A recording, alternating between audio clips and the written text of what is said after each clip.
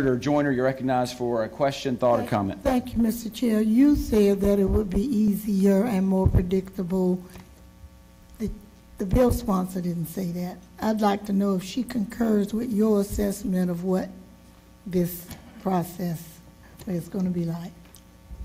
Let me just say, let me tell you how this actually works. Each county is determined, and this is the formula, by multiplying the total annual contributions for Medicaid in all the counties by the county proportion of Medicaid enrollees. So again, each year when the revenue estimate does their estimate, it will depend on the Medicaid enrollees. So that's going to determine whether it's more or less each year. But it will still be monthly installments, and so the counties will know in every month what they have to pay, unlike now where they don't know from month to month, and we've had that county residence issue over the past few years that we've been dealing with. So I will tell you that all 6 of my counties lose in this transition. So I'm very motivated to get it right and make that transition. I met with the Florida Association of Counties yesterday, and we're trying to determine what we need to do to get over this hump and to take care of them and ease them into this new model. Follow up, Mr. Chair. Right ahead. Thank you, Senator Grimsley, for shedding that light about your 6 counties. What about the fiscally constrained counties, and how does the projection that has come about from the new model affect them? And if negatively, then how do you propose that it be resolved? Most of my counties are fiscally constrained. And like I said, I'm very motivated to help them. They take the worst hit. Broward, for example, comes out to the good and actually makes a little money. Okay, thank you. Now about my county, Hillsborough. I've gotten some calls and they're concerned. And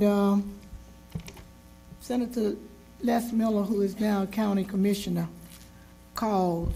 And he'd like for us to do a study and defer any increase until we actually get the facts.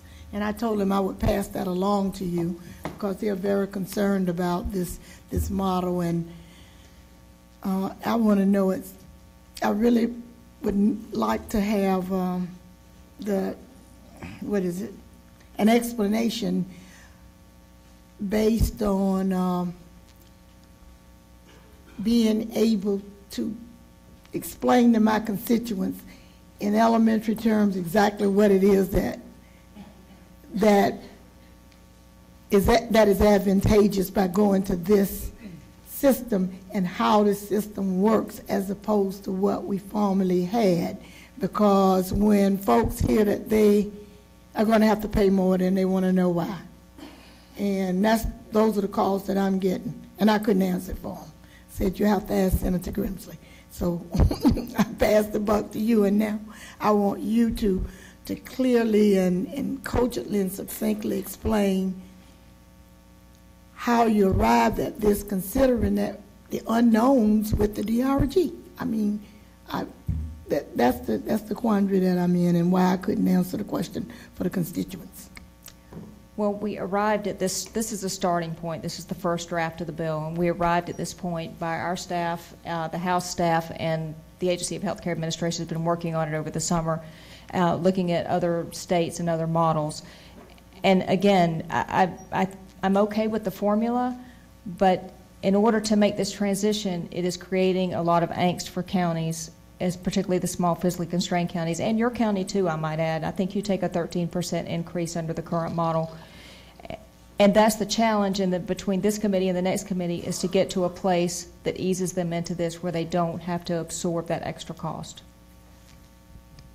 Senator Grimsley, if this didn't pass, would there still be an increase?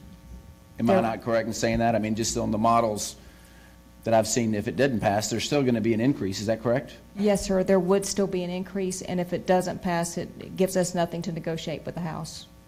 Very good.